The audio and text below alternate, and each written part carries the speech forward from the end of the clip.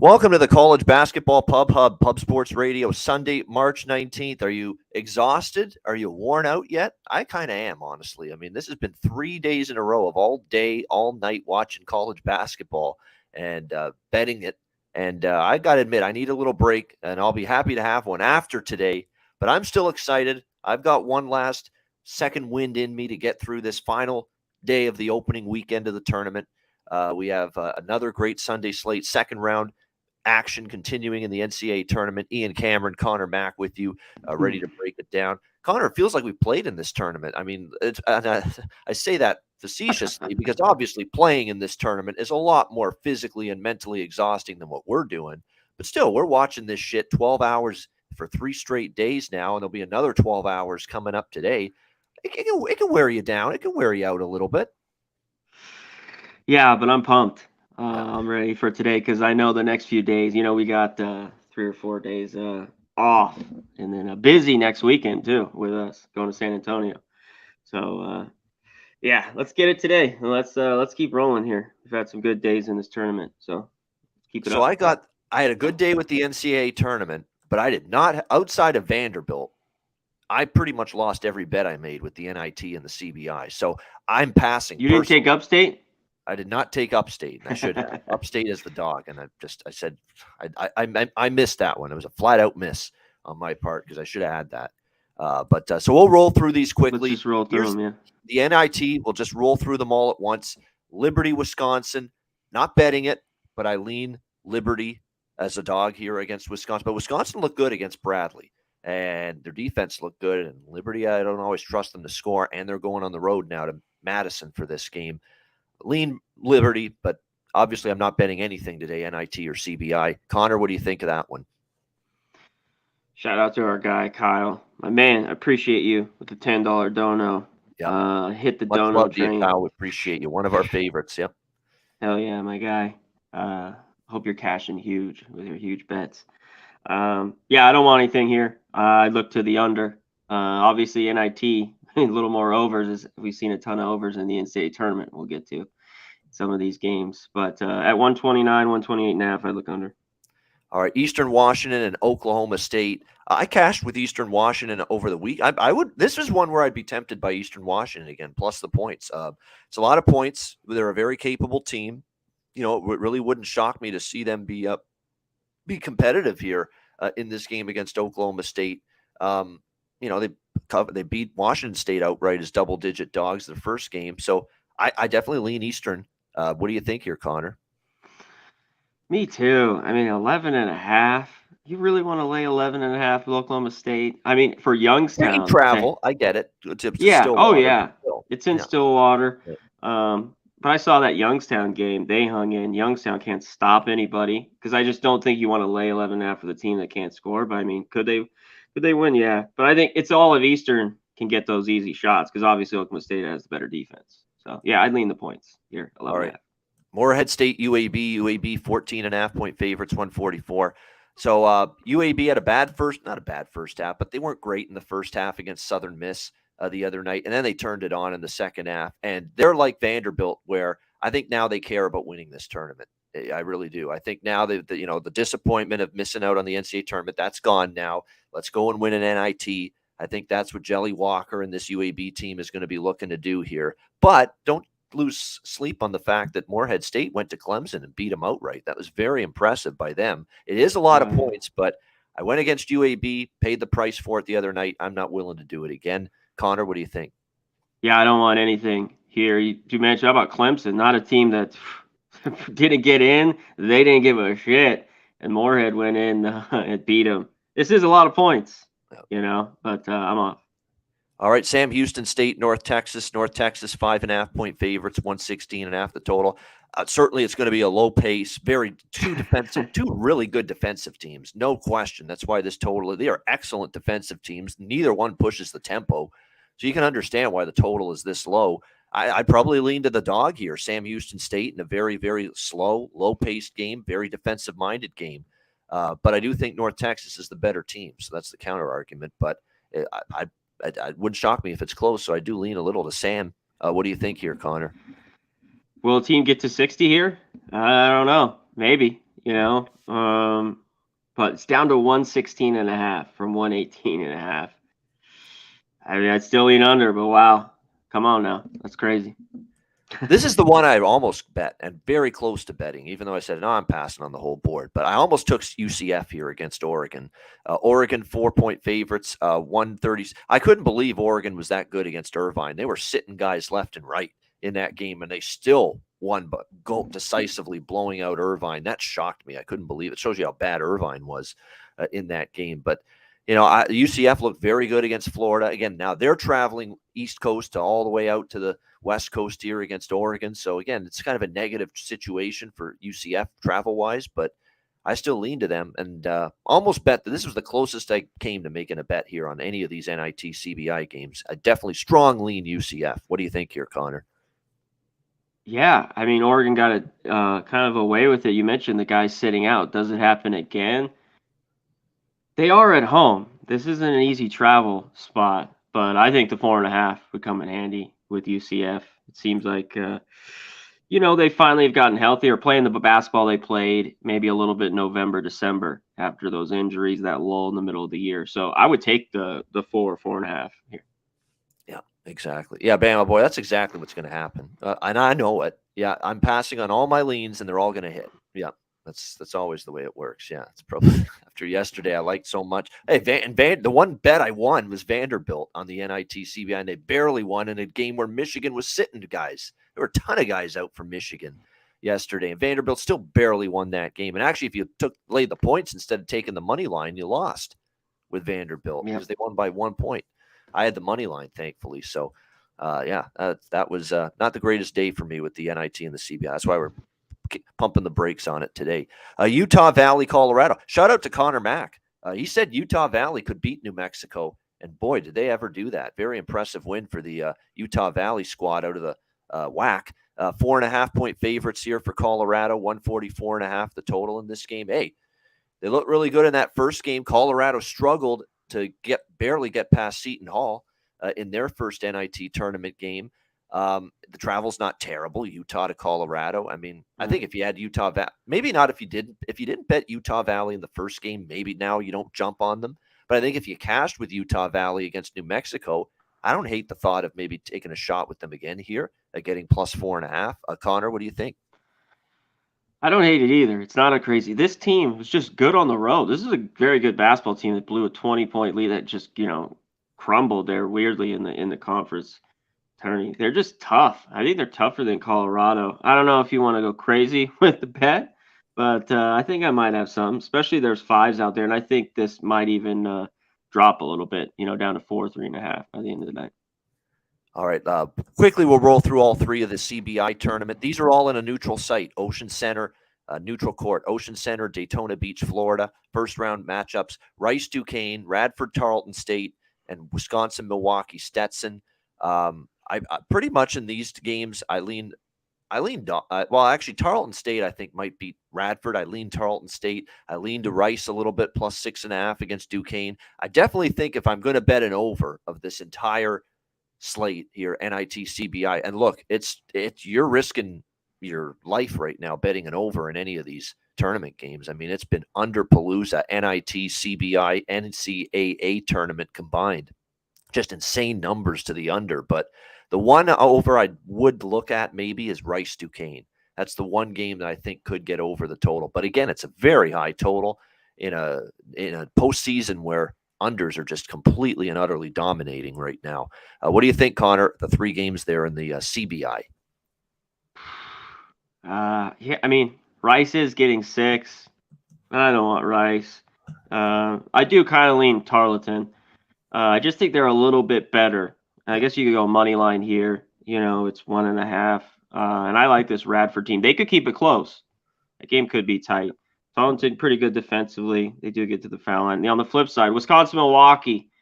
I don't know. They got to play better after how horrible that game was against Cleveland State. That was just their worst game of the year, I thought. So maybe I'd look at them catching the 2. I don't know if I bet that game, but yeah, that's it.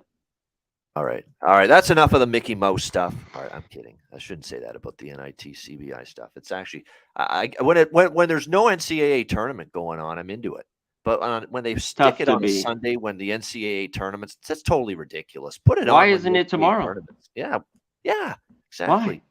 Yeah. Why are you I don't going up get it. against the NCAA tournament? Everyone's into that tournament because it's the big one. It's the one that matters the most.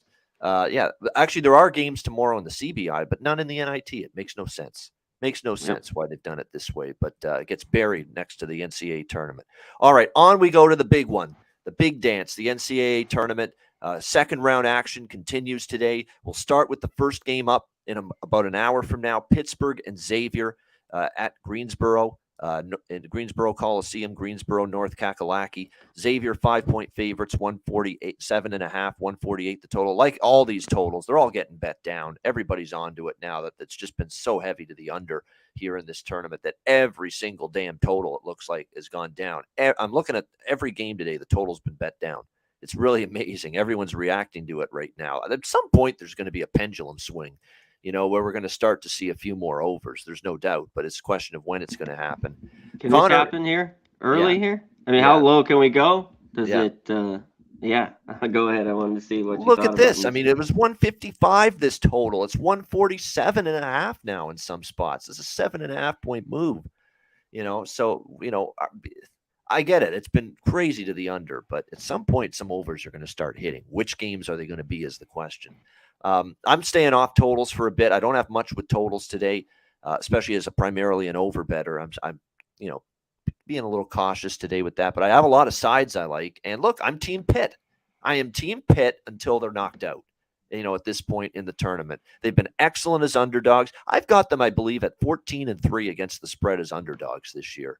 I mean, they've been Yeah, absolutely terrific as dogs under Jeff Capel, Nellie Cummings, Burton. They've got some toughness to them. I love the fact that Iowa State game, they didn't shoot the ball well either. Iowa State was horrible offensively, but Pitt didn't shoot the ball well. But they won because they defended, they guarded, they got on the glass, they valued the basketball, not many turnovers. They were very good, Pitt, I thought, in that game against Iowa State and all the other areas. Now, if they can start shooting a little better, I definitely think it's a situation where Pitt, again, does what they do. They're competitive. They're in this game start to finish. I don't trust Xavier to win by margin. That defense can still be very leaky. I think they can pound Xavier a little bit inside with Fremantle still on the mend. So I look at this matchup here. I'm on Pitt. There really wasn't much of a decision here. They've been automatic for me as dogs all season. We're getting 5. Give me the Panthers here. Conor, what do you think? Yeah, it does this total. Let's touch on it real quick. Shout out to our guy, Charlie, with the dono. Charlie Bradshaw, $20 dono. Thank you, Charlie. Very generous. Appreciate it. Hell yeah, my guy. $20. Yeah, I like Pitt here as well. Xavier, it seems though maybe as Xavier people are like, they kind of woke up, they got by. The huge block there was key to save that game for Xavier. They only shot 17% from 3, but you've just talked about how bad Pitt shot it, and they got by both those games. I mean, Mississippi State has a good defense, Iowa State as well, but low-scoring games. Does this keep drop enough? And it's early start too, but does this keep going low enough where these teams finally, because these were both over teams, Bano. Yep. Sure, you cashed all year with them, and defensively, Pitt has the better defense. All my totals are going to be small, but I'm jumping on the over now for small bet. Nothing crazy. Small bet now that it's wait longer though. Yeah, because this drops more. I think I'd wait all the way till tip here. This could go to 145. Yeah, I just think they're athletic enough. Xavier, do you really? They had a great game against Creighton. In the conference tournament, they've had a few where their offense just clicks. They could win by 15. But Pitt as a dog all year. 5 points, this is one like you were talking about. I got to ride again here, not 5. 5 I got to take. So if I die here with it, that's all right. Babano, like you said, I think we cashed a ton on them all year long. So I will take the points. I think they can hang in here. Xavier 300. Look at these stats. I mean, I don't know. They're equally not crazy. They're a little bit better 3-point shooting team. Xavier is. A little bit, free throws even. These are good offenses. Yeah, I'll take the points. All right, and then take the points, and we Take got some our money line too, of yeah, course. well, of course, yeah. Just in case anyone, like I've said this multiple times, when I bet a dog and I say I'm on an underdog, I'm on them with a little small portion on the money line with every underdog. You don't even have to question it. I am on the money line for a smaller percentage with every dog that I bet. All right, Kentucky and Kansas State. This is also in Greensboro. We've got Kentucky 3-point favorites, 143 the total in this one. Obviously, people impressed with Kentucky. I need to see it again here because I think Kansas State is totally getting disrespected here a little bit. I mean, Kansas State looked solid against Montana State. They won. They covered. They didn't do anything wrong. Marquise Noel was outstanding. I thought their defense has gotten a lot better, as this season has gone on, Kansas State. And you got to give Jerome Tang, the head coach, credit for that. I think their defense has gotten steadily better, which has been great to see. And I think there's a chance that can continue here into this game against a Kentucky offense that we know comes and goes. There's no question about that. And I think this is definitely a recency bias type of market move toward Kentucky that, they beat Providence. They looked so impressive. Kentucky's back. Providence was shit down the stretch. Let's not forget rough. that. Providence just absolutely collapsed down the stretch against Kentucky of their season prior to playing Kentucky, and it continued. That was a Providence team that was, again, their season was just falling apart in the last few games of the season. So let's not give Kentucky all the credit. Let's not give them too much credit for looking good here. I think they're going to be tested a lot more by K-State. This team, and this is another team where when they've been an underdog this year, they've been very good. Kansas State. It's been a while since they've been a dog because, they've had a good season, but I kind of like here Kansas State plus come on, Nasty Nate. I know we can't say anything bad about Providence, really. They sucked down the stretch, man. I know you're a fan, but come on. They were awful down the stretch, Providence, and terrible in that game against Kentucky and terrible end of the season. I know you're a fan, but we got to live in reality. We got to live with truth here, not fact, not fairy tales, and Providence was awful down the stretch. Come on. You got to be I feel bad for you, seriously. I mean, watching that team play the way they did down the stretch, very, very upsetting, I'm sure, if you're a Providence fan. But we can't bury our head in the sand and say everything's good with Providence basketball down the stretch. They didn't play good, Nate. I mean, I know you're a fan, but you got to admit they didn't play good down the stretch. So that's why I don't buy totally into what Kentucky did. I think they're going to be tested more here. I'm going to go with K-State +3 against this move toward Kentucky. Connor Mack, what do you think? That doesn't hurt my feelings saying that, Nate. NHL sucks. I've got thick skin. Connor Mack, what do you think here? Kentucky, Kansas. It's all love. I mean, yeah. I know. Yeah. It's all, we're good. Yeah, Kentucky beats Providence, and it's like, man, they're going. Maybe this seems like the easy spot. I do think K-State is getting a little disrespected here. I mean, how much was of that Providence? Just kind of how bad they were a little bit down the stretch, because I don't think Kentucky's defense is good. I mean, they held them to 53 points. They only scored 61. I think K-State's in this. I get if Kentucky plays to how they do. They don't have a bench, Babana. This team, the bench in a couple of these games hasn't even scored. And Wheeler, he ain't coming back anytime soon that I hear. Man, so the starting five better. Toppin better have another huge game. All these guys. So I'd take the 3. I think K-State could even win it full game here. I think so too. I think this is people betting the name Kentucky on the front of the jersey. I really do. I think that's what we're seeing here. And I think Kansas State's maybe they roll, but I don't buy it. I mean, we'll see. Yeah. We will see. I don't buy it either. All right, next up, we've got Michigan State and Marquette. This is in Columbus, Nationwide Arena, Columbus, Ohio. Marquette 3-point favorites, 139.5 the total in this game. This is another one where I don't really want to overrate Michigan State's win against USC because USC didn't play great down the stretch. Let's be honest. Trojans didn't play great down the stretch. I think Marquette's the better team. I'll lay the money line here about -150. I found at Caesar Sportsbook with a Marquette money line. I'm not screwing around. I'm just going to go money line here. Marquette win the game, not worrying about laying the 3, or they win by 1 or 2 and I get screwed. I don't want to deal with that. Just money line. At this time of year, I'm willing to pay the juice, pay the price to get the money line. I like Marquette here. I definitely think you look at the way they played. Look, Vermont's a pretty good team. All right. And they just dismantled them. in that game. I think their length is going to disrupt Michigan State. Michigan State got a little sloppy with the basketball. That's also not what you want against this Marquette team as well. So I think Marquette, when you look at this game, this is one money move that I do agree with toward Marquette. I think they win this game and they send Tom Izzo and the Spartans home. What do you think here, Conor? Michigan State, Marquette. Yeah, we'll see if Izzo, can do any magic here and coach. One thing, Michigan State, but they rely on it. They shoot the three well, 40%. They're going to need it here. And Marquette, you talked about their length, but they're not great rebounding team, and maybe that hurts them later on. But I think here they could get it done. I was impressed too with the Vermont win. I stayed off Vermont. I almost pulled the trigger on them, and all the wins in the years. Marquette teams, what, 10 or 11 in a row? So I think it's them too. And if you want to, go money line and cut the juice here. But I don't know. There's madness, as always. Yeah, there's always madness, especially at this time of year. That's why it's exactly March Madness for a reason. They don't call it March Madness for nothing, as they like to say. All right, I'm a very underdog heavy bettor, but I like the favorite in that last game, Marquette.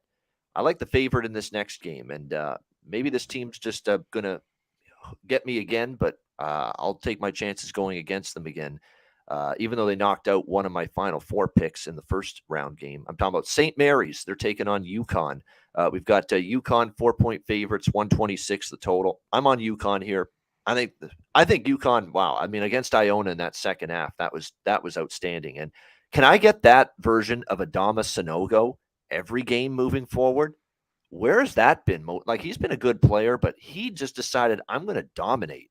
I'm going to demand the ball in the paint. I'm going to finish around the rim. Nobody's going to stop me. I'm going to just be an absolute, machine on the glass. And he was that against Iona. So give the UConn credit. That was a very impressive performance. St. Mary's, I got it. St. Mary's, but keep in mind, Ace Baldwin got banged up in the second half. I knew the moment that happened, VCU was going to be in a little bit of trouble.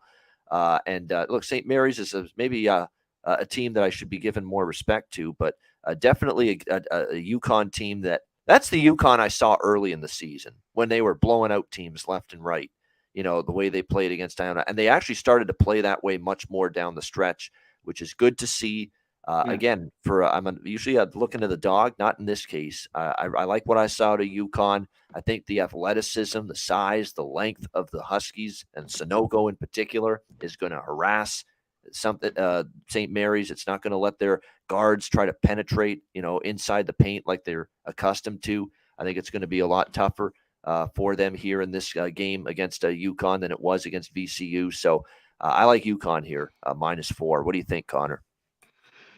Yeah, you're right, Sanogo. That was just a huge game. I mean, this guy had games like that, 28-13 again. And they just, went and just kicked their ass in the second half. Did UConn. That might happen here. One thing with St. Mary's, they're not a deep team. These guys play 40 minutes, a few of them, just the other day, and they probably have to here. I looked at the total; it's low, but I think St. Mary's needs it to be just this ugly game. So I'd still look at this under, even at 127 here, and I kind of like St. Mary's. Say the truth. I don't know if I pull the trigger, but I'm looking at them catching the 4. You're right. If UConn keeps rolling, but I've seen them look rough too. I'm looking at the points of St. Mary's. All right, looking at the points here with the St. Mary's Gales. All right, next up here, we've got, as we continue along, it is Creighton and Baylor. Baylor 1-point favorites, 144 being the total here in this game. I like Creighton here. Baylor looked great in the second half against Santa Barbara, but they were losing. They were losing at halftime against Santa Barbara. And what I saw at Creighton in the second half and down the stretch against NC State, that's the Creighton I saw early in the season when they were, fringe top 5, top 10 team in the country. Remember when they started out the season just blazing hot, playing excellent basketball? That's the Creighton I saw in the second half down the stretch against NC State. Everybody was great. Kalkbrenner was phenomenal. The guard play was outstanding, led by Nembhard, taking control of that game against NC State in that one. And I think they're dangling a carrot out here with this line. As soon as Baylor -1, Baylor just won a championship a couple of years ago, and the odds makers have stuck them out there at -1. That kind of tells me I think it's a Creighton line. I think Creighton can match up well against Baylor. The guards are a concern. Of course, the guards are a concern. They're great guards. That's the strength of Baylor with Cryer, with Flagler, and with George. No question. That's definitely always the concern when you play the Bears. But I like the way Creighton is going. That was a very good win against NC State. Baylor played one good half against a Santa Barbara team that I think wore down in the second half. I need to see more from Baylor before I'm ready to trust them against a much superior opponent compared to the one they just played. So I like Creighton here. Conor, what do you think? This is a watch for me. This is a live type game. When we NCAA tournament, I can see both sides here. I mean, Kalkbrenner, I'd feed him. I mean, at 31 points, I don't think Baylor can stop him. I would just feed him down low as long as you can. I still don't trust that Baylor defense. They turn it on the second half and won. And we talked about Santa Barbara wasn't very good. This total, will there be big shots hit here? I thought it's maybe a little bit too high, but this is one maybe that could get over. But I'm off of that too. So I'm out. I'm a live bet this one, man. Get it on a run. This is one where I'm going to bet the over again. I'm picking my spots with the overs today. This is one I think they could get over the total. It's 143. I do think there's some matchup advantages for both teams. It's 143.5, I should say, this total in some spots. So, I am going to look toward the over in this one. Again, I'm keeping the totals very small. The over bets for me are very small today because I understand completely we've had an under fiesta so far here in the NCAA tournament. But this one, I think, could see a few more points. These teams are evenly matched. Yeah. Yeah, I agree. It's just close. Everything here between these two teams. Yeah. So I think this game could end up creeping its way over the total. All right. Next up here, we've got, as we continue along, we've got next up. Oh, here we go. Yeah, it's Florida, Fairleigh Dickinson and Florida Atlantic. The next game here on the slate.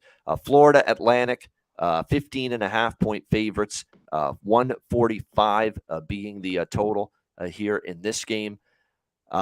This is always the way the betting market reacts when a 15 or a 16, especially a 16 seed knocks out a 1. I remember they did this with UMBC a couple of years ago after they beat Virginia. Everybody wanted to bet against for UMBC in that second game, saying, they're let down. They can't. They're played over their heads. They can't do it a second straight game.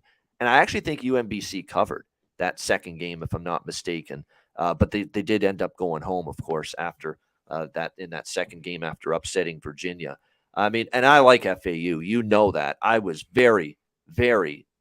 I dug in my heels when it came to FAU against Memphis, saying FAU is better than Memphis. They're going to beat Memphis, and they did.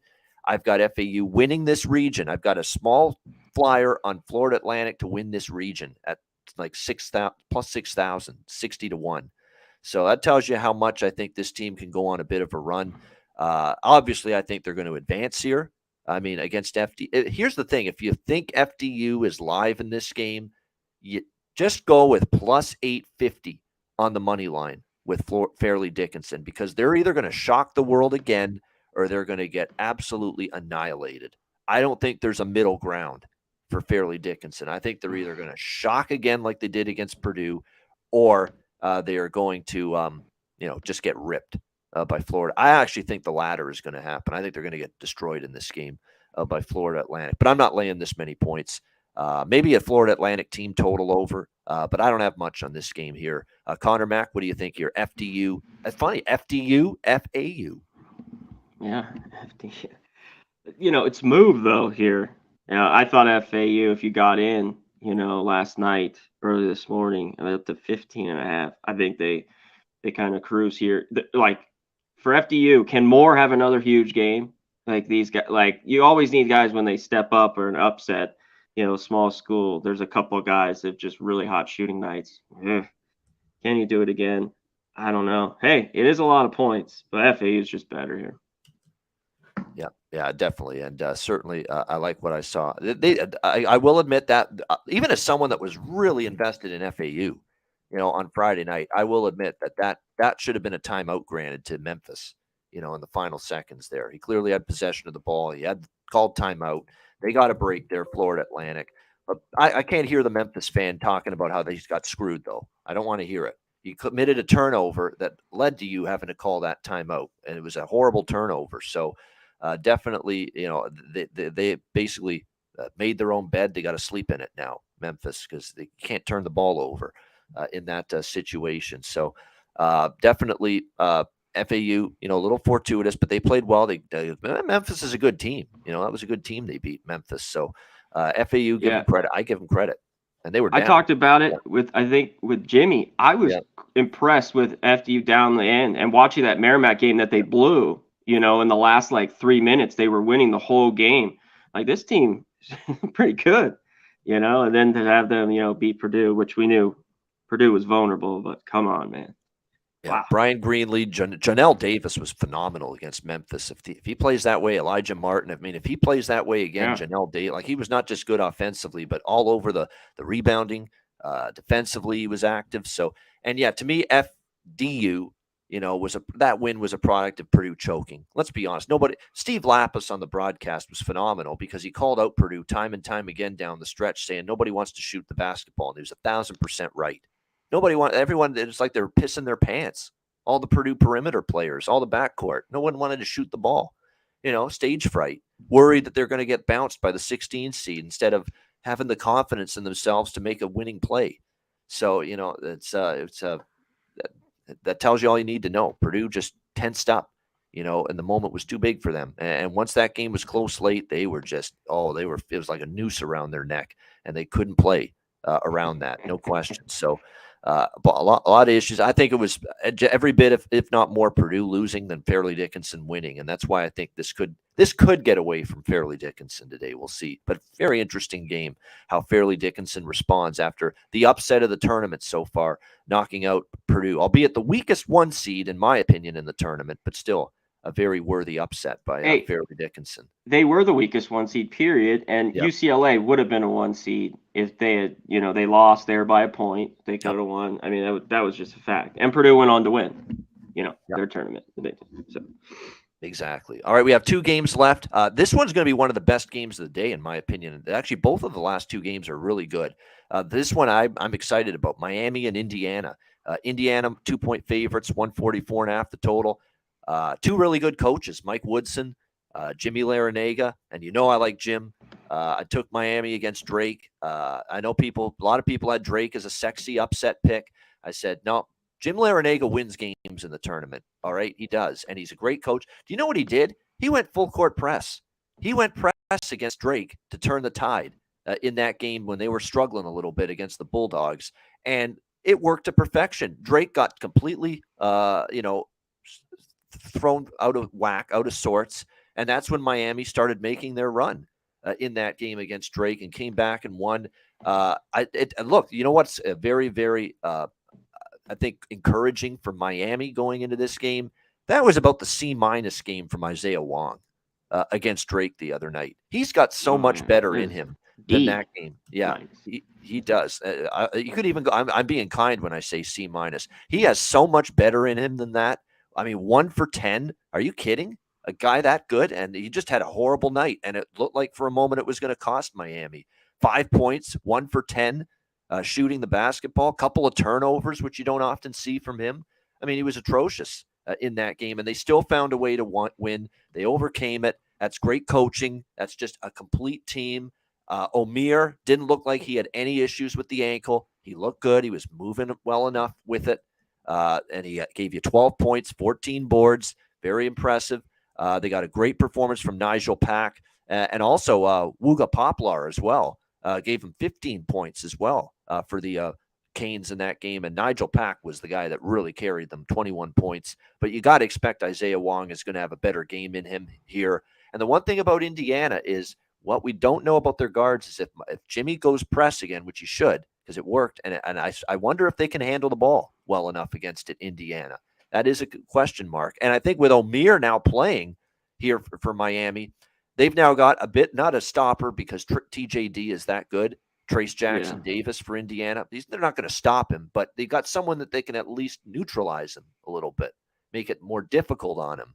And Omier can do that now that he is in the lineup and this injury is not keeping him out like we worried that it might. So that's big because TJD is the best player for for Indiana. Then on the flip side, I don't know where that came from Race Thompson. People were bagging on Race Thompson, saying this guy hasn't been playing well lately, and he comes up with the game of his season against Kent State the other night for Indiana. But can he do that again?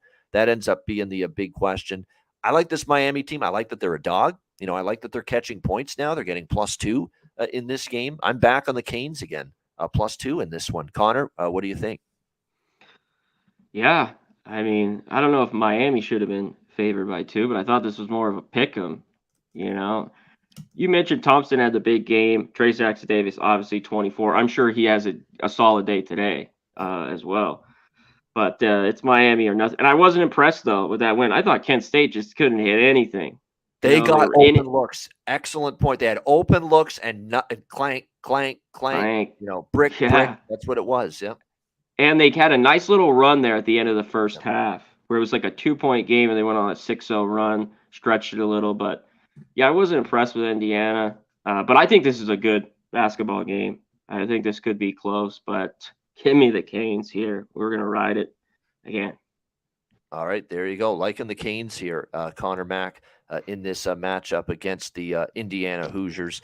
All right, final game now of this Sunday, second round in the NCAA tournament. TCU and Gonzaga. This is a pretty good one as well. We've got Gonzaga 4.5 point favorites, 153.5 the total. This is in Ball Arena, Denver, Colorado. Not a pretty game for TCU against it. Look, TCU, if they play like they did against Arizona State, they're not winning tonight. Simple. They've got to step it up tenfold here going into this game here, TCU and Gonzaga. I think it's a situation where, you know, you were good enough to slip past Arizona State, but they had some issues in that game in terms of, I thought their defense wasn't the best. They gave up 48% shooting and 47% from three-point range. That was a problem for TCU in that game. That's not something you want to see. I think you look at the rebounding too. You know, actually they were +4 on the glass, but the big problem was their defense was a bit of a concern for them going into that game, and just not up to the level that we've seen TCU at times. You know, they're going to have to play better here in this one. Yeah, we do disagree. See, Connor likes St. Mary's. I like UConn. So there's I'm on not a lot of these more games. Than not, but yeah. That's the one we do disagree. You're on, but you total wise, I'm on more a lot of unders more of the time. You're on. I mean, not that I don't take an over, but I'm not like on Marquette for that. I think we both like K-State a little bit. Seems like the world's on Kentucky. We will see there in Pitt. We do agree more than disagree, but I'll tell you this: the times we agree, more often than not, we're on the right side. I find so. There you go with that. But yeah, this game. I want to take TCU. I do, because I like TCU. I've liked them all year. I like that, you know, Mike Miles, you know, was great, of course, as you would expect, down the stretch in a game they didn't play their best against Arizona State. 26 points from him. Charles O'Bannon Jr. chipped in with 15. Damian Baugh with 11. It was good to see that. You know, is this a game, though, at the same time, in the back of your mind, while I do lean TCU in this game, is this the game they miss Eddie Lampkin, the center? Because guess who you're going up against? One of the best centers, one of the best in the country, Drew Timme. You know, how are you going to handle that going into this matchup here against Gonzaga? Are you going to be able to contain, you know, the best player and one of the best centers, one of the best fives in the country? That's going to be the big question. It was a nice win for them against Grand Canyon, 82-70 in that game. It was close early, but they rolled later in the game, 21 from Timme. Julian Strother. I mean, if they can get 28 points from him, it takes Gonzaga to a different level, because I don't think their perimeter game is as good as I've seen in the past. They've had really good perimeter play in the past. I don't think this year's team has been nearly as consistent in that regard, but if you can get Julian Strother doing that, 28 points, and you get Rasheer Bolton chipping in, and you get that perimeter playing a little bit better, then that's going to help this Gonzaga team out quite a bit in terms of making a deep run here in the NCAA tournament. But yeah, BJ, that's exactly what I'm worried about. Exactly. That TCU just does not have enough to neutralize and even contain Drew Timme, and that could punish them here in this game. I do lean TCU, but I'm lukewarm on it. This is one where, as the total keeps going down, Connor, this is one where I'm interested in the over. The Gonzaga total in the first game against Grand Canyon barely fell under, barely stayed under. The TCU game against Arizona State did go over the total, actually. So this is actually two teams where one almost went over, and TCU's game against Arizona State did go over the total. So I think as this total drops, I'm getting more interested in the over. And like I said, if TCU is going to have problems in the paint with Timmy, that's good news for the over, because they're going to feed him a lot, and he's probably got the chance to get a ton of baskets inside against a TCU team that isn't going to be without their center, Eddie Lampkin, for this game. Connor, what do you think here? Final game of the day, TCU Gonzaga. Yeah, Lampkin is a big one. Those were the two things here. Lampkin not there now, but in the tournament against a big, and TCU shooting the three. Talked about it all year long. I thought it might kill him in the tournament. 29%, 353 in America. They do have Miles who could take over the game. One thing I love, I wonder if this stops at 3.5. If it goes there, maybe stops. All the money's here on Gonzaga. Just all over it. Yet this line's dropped to 4. And I think it might drop even a little more. I like TCU here. I just think I could maybe get a better line in game. That's the only thing that I'm just not jumping. I love the 4 here. So this could be a really good one late. Yeah, definitely. It looks like TCU kind of had it scare a little bit. They played horrible. They came back. I took them live. It's kind of like game Penn State. It was just a team I didn't want to take the 5. I caught them 9 at halftime. They covered yesterday. Maybe look to do something like that in a game like this. Yeah, it should be interesting. I mean, it's going to be interesting to see. And look, Jamie Dixon's no slouch when it comes to coaching.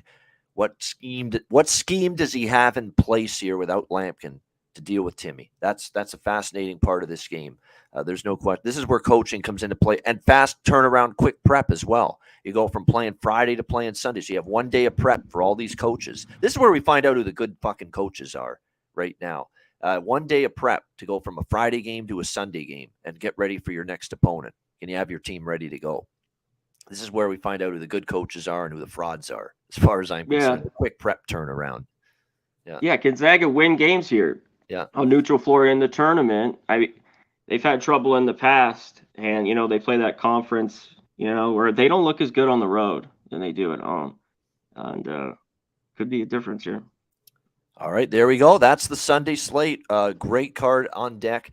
Hopefully the results were very good for Connor and I yesterday. Hopefully we've got another good day on tap here for Sunday. Hit the like. Wow, what a turnout. 355 live viewers. Shout out to everybody joining us and everybody in the chat. Hit the like button. We appreciate it very much. Thanks for joining us here on this Sunday morning edition of the College Basketball Pub Hub Show. We'll be back to wrap it up with best bets in just a second, right after we hear from Manscaped and Southtown 101.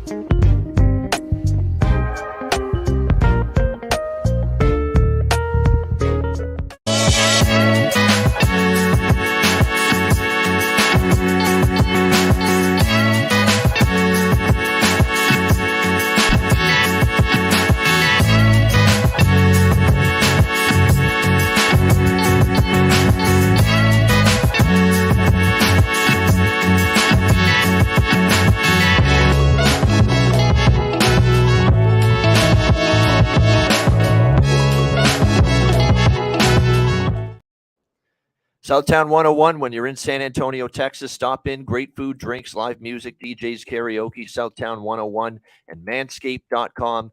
Promo code PubSports. Get 20% off and free shipping at manscaped.com using promo code PubSports. All right, best bets to wrap it up for this Sunday edition of the College Basketball Pub Hub. Connor, we'll start with you. What do you like for best bet? Yeah, we could go here early with Pitt. But I'm going with the Canes. Shout out to my guy, Jay Peasy. Saw him on Twitter have it. Peasy, we're taking it. +2, Canes. All right. Miami +2 against Indiana for Connor Mack with his best bet for this Sunday slate. I'm going to give you two best bets, and we had a common best bet on yesterday's show, and it was Princeton. That was one of my two best bets yesterday. We're going to have a common best bet today because I also am on Miami +2 against Indiana for one of my best bets here tonight. But the other best bet, I'm going Creighton +1 against Baylor. Creighton +1 against Baylor. I like the way Creighton's going. I think they get the job done here in this game. That looked like early season Creighton. I need to see Baylor get it done against a team that's going to be a little bit tougher than, say, Santa Barbara over the weekend. Liking Creighton. Honorable mention, Pitt. Honorable mention, Marquette. They are definitely high up. My UConn. I like all those sides as well. But favorite two for sure, and we'll go with those as best bets. The two that I like the most, Miami +2 against Indiana, and Creighton +1 against Baylor. There we go. Best bets for the Sunday NCAA tournament card here on this Pub Hub College Basketball Show. That'll wrap it up. Thanks to everyone for joining us. Hit the like button on the way out. We appreciate it. And we will be off tomorrow, actually. I'm making the decision as the host that we're not going to have a show tomorrow. We've only got 4 CBI games, and there's only going to be 2 that are left by the time we get on the air. Well, I wasn't going to. If you were going to show up, I wasn't. There won't be a show tomorrow. Yeah, there will not be a show tomorrow on Monday because there's. And by the way, the one of the games, there's only going to be one game because the one is starting at 5 p.m. Eastern. So, yeah, there'll be no net profit show tomorrow. We'll be back on Tuesday, though. We will have a show Tuesday night because we do have CBI, or we will have a show Tuesday at 5 p.m. Eastern because we do have CBI and NIT quarterfinals and semifinals coming up on Tuesday. So we will have a short Tuesday show, and we will have a short Wednesday show as well. And then, of course, Thursday and Friday, it goes without saying because the Sweet 16 takes place in the NCAA tournament. So we will be on Tuesday to Friday this week. We just won't have a show on Monday tomorrow. So there you go. Great stuff. Hit the like button. We appreciate it very much. For Conor Mack, I'm Ian Cameron. Have a great Sunday. Enjoy the NCAA tournament, March Madness action, and good luck. And we'll see you Tuesday at 5 p.m. Eastern for another edition of the College Basketball Net Profit Show right here on Pub Sports Radio. Palooza 2 on the horizon. We're going to have live shows popping off in the South Town 101. We're going to have a poker tournament, a par 3 golf tournament, UFC San Antonio on the Saturday night. A lot of excitement. Palooza 2, baby.